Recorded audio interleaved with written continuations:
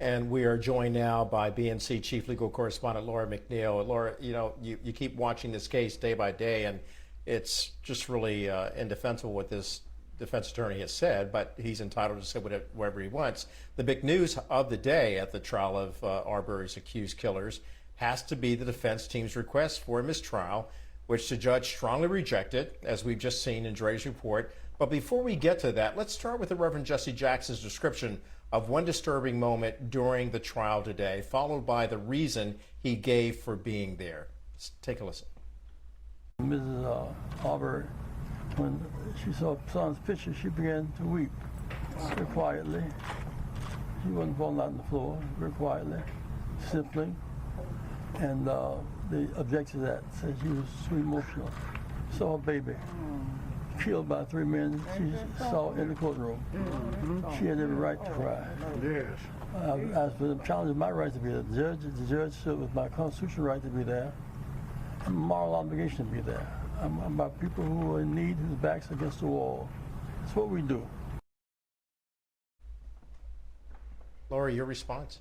Yes, Reverend Jesse Jackson has spoken like what he's been his entire life, which is a public servant and a minister of God, and he's there to try to support the family, as we've seen him do throughout his career. He did the same thing with George Floyd's family, as well as so many other victims of violent crimes. And so, it's really sad that the defense would even try to ban Reverend Jackson from the courtroom. And I think what was so offensive to me is when he used the analogy of the mafia. I don't see a mafia intimidation level when I look at Reverend Jesse Jackson. He's 80 years old.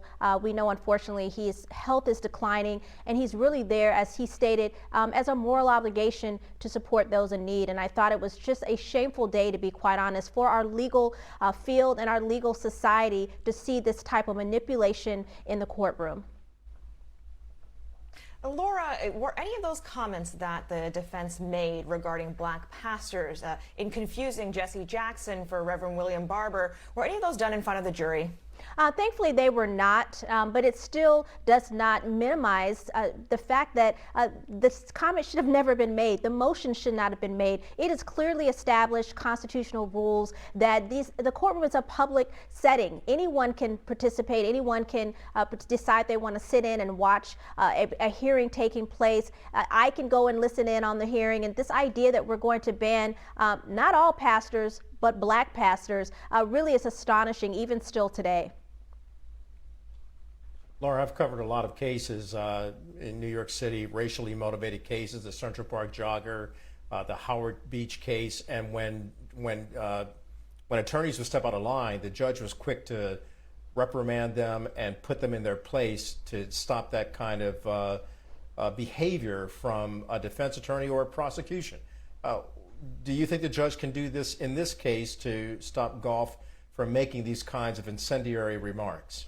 Yes, what we've seen, the judge has been pretty good, not perfect, in cutting him off. I know that as he started to make, in a previous motion, a reference to Colonel Sanders and white mask and the racial undertones associated with those comments, the judge did stop Attorney Gough in his tracks. But when you're making a motion, the judge does have a legal responsibility to hear him out, as long as he doesn't go too far. The question is, did he go too far today? Yes, what he said was offensive, but he had the legal right to make his argument, hoping that the judge would grant that motion. And again, thankfully, this judge saw through what I call the courtroom theatrics and the racism involved in that request and declined it. Laura, in the 30 seconds we have left together, what's next for the prosecution this week? Yeah, so the prosecution has to keep honing in on their key strategy, which is showing that Ahmaud Arbery was the victim. He was not committing any crime, and he has to make sure, the prosecution, that Travis and Greg McMichael are not in any way viewed by the jury as victims. They don't want them to use that affirmative defense of self-defense. They have to show that they were the aggressors, which they've done a great job doing so far, but they have to keep that theme in, because the burden is on the prosecution to establish, again, Ahmaud Arbery is the victim. Self-defense is not an option in this particular case, and that's how they're going to get a guilty verdict.